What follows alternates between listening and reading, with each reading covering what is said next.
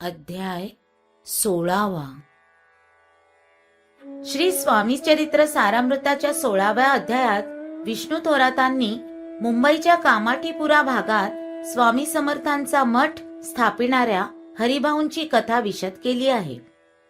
कोकणातील राजापूर जवळच्या इटिया गावच्या खोत कुटुंबातील हरिभाऊ नोकरी निमित्तानं मुंबईत राहत होते.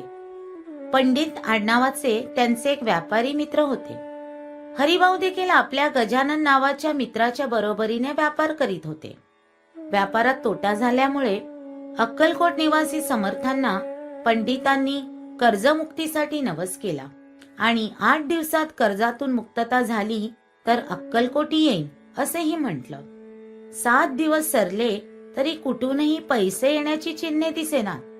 हरिभाऊ आणि गजानन यांनाही अफूच्या व्यापारात तोटा होणाऱ्याची खात्री पडली होती. आपल्या मनातील घालमेल त्या दोघांनी पंडितांना सांगितली. उपाय म्हणून हरिभाऊ आणि गजानन करीत असलेल्या व्यापाराचा मालक मी आहे अशी चिठ्ठी त्यांनी पेढीवाल्याला लिहून दिली. दुसऱ्याच दिवशी अफूचा भाव वाढला आणि हरिभाऊ, गजानन आणि पंडित यांना व्यापारातून भरपूर पैसा मिळाला. तिघेही कर्जमुक्त झाले. बोललेल्या नवसाप्रमाणे पंडित, हरिभाऊ आणि गजानन यांच्यासहित अक्कलकोटी आले.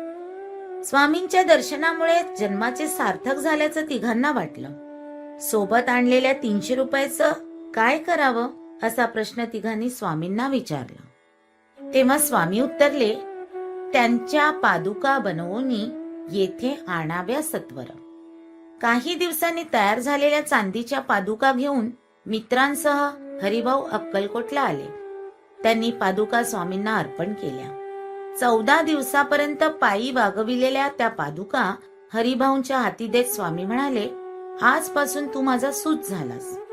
आता भगवी वस्त्र परिधान करून या माझ्या पादुकांची स्थापना कर. समर्थांची आज्ञा शिरसावंद्य मानून हरिभाऊंनी स्वामी सेवेचा संकल्प सोडला.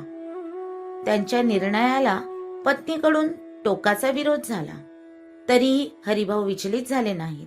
स्वतः साधुवेश धारण करून त्यांनी पत्नीसही शुभ्र वस्त्र परिधान करावयास लाविले. मुंबईच्या कामाठीपुरा गावात हरिभाऊंनी समर्थांचा मठ स्थापन केला आणि त्या मठात समर्थांनी दिलेल्या आत्मलिंगी पादुका स्थापित केल्या. स्वामीसुत हरिभाऊंची कथा पुढील अध्यायात अधिक विस्तृतपणे सांगण्याआधी, धन्य धन्य ते स्वामीसुत, गर्वाग्नेने झाले विरक्त. परिजन त्याते निंदित, नाना दोष देवोनी. असे बोलून विष्णुबुवा 16व्या अध्यायाची समाप्ती करतात.